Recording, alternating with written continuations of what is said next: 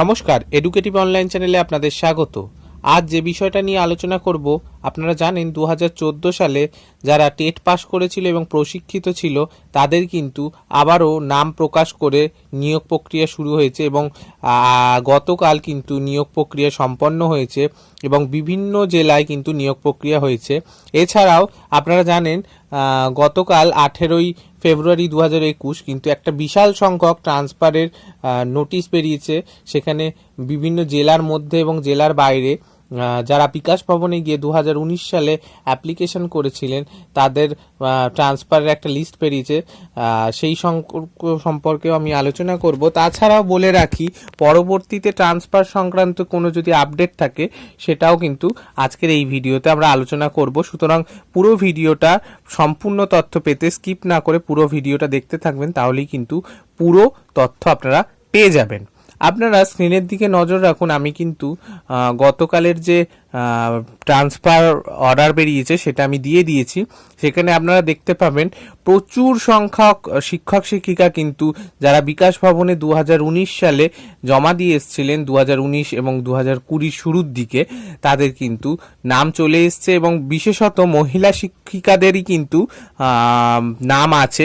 এছাড়াও কিছু মেল টিচারদেরও নাম আছে এবং সবাইকেই প্রায় বাড়ির কাছাকাছি কাউকে বাড়ির নিকটবর্তী কোনো স্কুল কিংবা বাড়ির নিকটবর্তী কোনো স্কুলের নাম দিয়েও দেওয়া হয়েছে। এরকম সমস্ত সার্কেল ওয়াইজ কিংবা জেলার বাইরে কিংবা জেলার ভিতরে ট্রান্সফারের নাম আছে। এছাড়াও আপনারা জানেন অনেকেই বলেছিল যে ট্রান্সফার হচ্ছে না। আমি আমার আগের অনেক কটা ভিডিওতেই জানিয়েছিলাম যে ট্রান্সফার কিন্তু চলছে এবং প্রসেসিংয়ে আছে, অবশ্যই চলছে এবং চলবে। এছাড়াও পূর্ব মেদিনীপুর কিংবা নদিয়া কিংবা দক্ষিণ 24 পরগনা কিংবা কলকাতা বা আরও অনেক কটা ডিস্ট্রিক্টও আছে যেখানে টিচাররা জেলা ট্রান্সফারের লিস্টে নাম থাকা সত্ত্বেও ট্রান্সফার হয়নি। তাদেরও কিছু টিচার, আমারই জানা কিছু টিচার, তারা জানিয়েছে যে তাদের এই লিস্টে নাম চলে এসছে।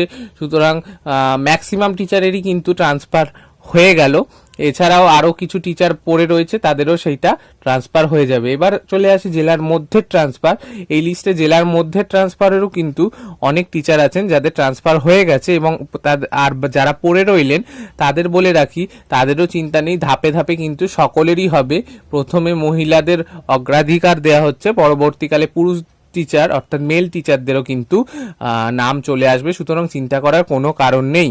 এছাড়াও আপনারা যেই স্কুল হয়তো চেয়েছেন বা অ্যাপ্লিকেশনে লিখেছেন সেটা না হলেও কিন্তু অন্য কাছাকাছি স্কুল যেটা ভ্যাকেন্সি আছে সেখানে কিন্তু দেওয়ার চেষ্টা করা হবে, এরকমই জানা গেছে।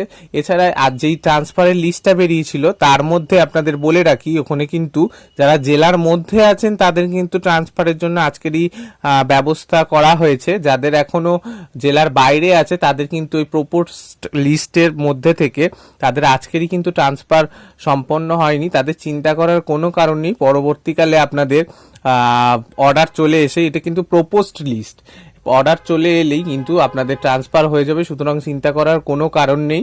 এবং যদি ভোটের অ্যানাউন্সমেন্ট না হয় তাহলে কিন্তু প্রক্রিয়া চলতেও থাকবে। এছাড়াও আজকের কিন্তু অর্থাৎ 19শে ফেব্রুয়ারি 2021 কিন্তু আরেকটা লিস্ট বেরিয়েছে। প্রতিদিনই বিভিন্ন লিস্ট বেরোতে থাকছে, কিন্তু যেহেতু গতকাল প্রচুর শিক্ষক শিক্ষিকার নাম বা লিস্টের নাম বেরিয়েছে, সেই জন্যই আজকের আমার এই ভিডিওতে চলে আসা।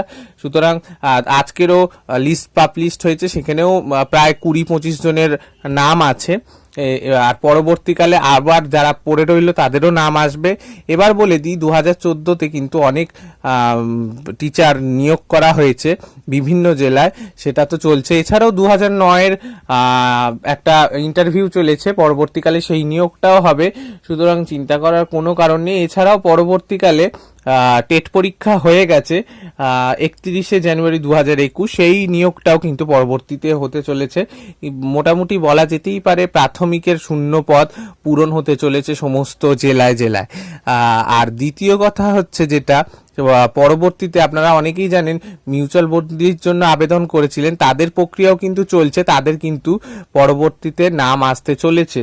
যদি ভোটের অ্যানাউন্সমেন্ট না হয়, ভোটের অ্যানাউন্সমেন্ট আগেই কিন্তু নাম প্রকাশিত হতে পারে।